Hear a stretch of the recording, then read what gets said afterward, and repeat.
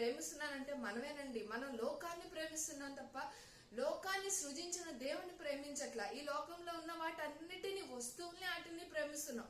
మనుషుల ప్రేమ కూడా కరువైపోయిందండి. ఎందుకో తెలుసా? వస్తువులకు ఇస్తున్న విలువ మనుషులకి ఇవ్వట్లా. అందుకే దేవుడు ఎంతో బాధపడుతున్నాడండి.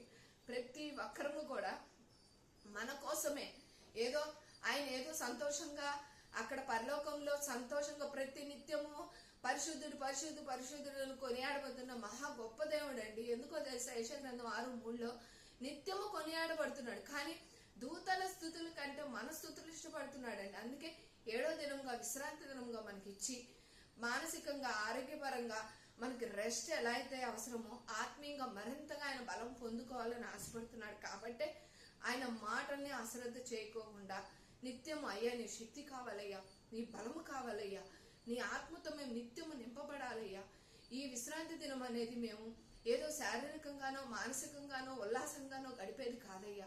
నిత్యము నీతో గడిపే కృప మాకు దయచేయమని ఎంతమంది అడగటానికి సిద్ధపడుతున్నారో, ఇప్పుడు వింటున్నవారు వినబోతున్నవారు ఎంతమంది అయితే ప్రతి ఒక్కరము కూడా శోధనలో ప్రవేశించకుండా మెలకుగా ఉండి ప్రార్థన చేయమంటున్నావు.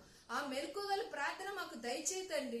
నువ్వేదన్నా చేయగలవు, ఎలాగన్నా చేయగలవు. నీ ఆత్మతో నింపు పరిశుద్ధాత్మదేవ. నీ వాక్కు శక్తి మాలో సంపూర్ణంగా నింపబడును గాక. నువ్వు ఉన్న చోట చీకటి పారిపోతుంది. నువ్వు వెలుగై ఉన్నావు, ఈ లోకానికి వెలుగై ఉన్నావు. మమ్మల్ని కూడా అట్టి రీతిలో వెలుగుగా నింపబడాలని ఆశపడుతున్నావు. అట్టి రీతిలో ఆ వెలుగు ద్వారా అనేక మందికి కూడా నాయన తండ్రి మరింతగా నీ రాకళ్ళు ఎత్తబడారు గుంపుల ఆత్మల సిద్ధపాటు కలుగచేయటకు ఈ కృపా సన్నిధి ద్వారా ఎంత మందిని రక్షించుకోవాలనుకుంటున్నావో, ఈ మాటలను వింటున్న వారిని వినబోతున్న వారిని కూడా దీవించి ఆశీర్వదించి నూరంతులుగా ఫలింపు చేసి వాళ్ళు ఎటువంటి అవసరతలుగా ప్రేరికొచ్చు కోరి ఉన్న వారందరి పట్ల కూడా నీ చిత్తానుసారంలో జవాబు దయచేయబడును గాక.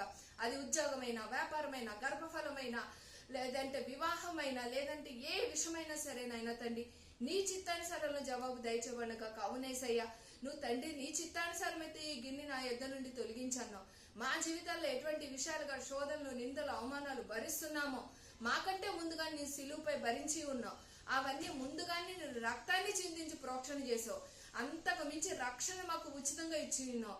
ఆ రక్షణ మరింతగా మేము కాపాడుకునేటకు నిత్యము కూడా నాయన తండ్రి రొట్టె విరిచటంలో, వాక్యాన్ని అనుసరించడంలో మేము అశ్రద్ధ కలిగి ఉండకోకుండా మరింత శ్రద్ధ కలిగి జీవించేవారేముగా నీ కృపతో, నీ దయతో, నీ దక్షిణాస్తం చాపి మమ్మల్ని ఆశీర్వదించమని నీ రాకళ్ళు ఎత్తబాటు అరుగుంపులో అనేక ఆత్మలు సిద్ధపాటు కలగ చేసుకున్నందుకు స్తుతి స్తోత్రాలు చెల్లిస్తూ నజరేయుడైన యేసుక్రీస్తు పరిశుద్ధ నామంలో అడిగి వేడుకుంటున్నాం తండ్రి. ఆమేన్, ఆమేన్, ఆమేన్. గాడ్ బ్లెస్ యు అండి.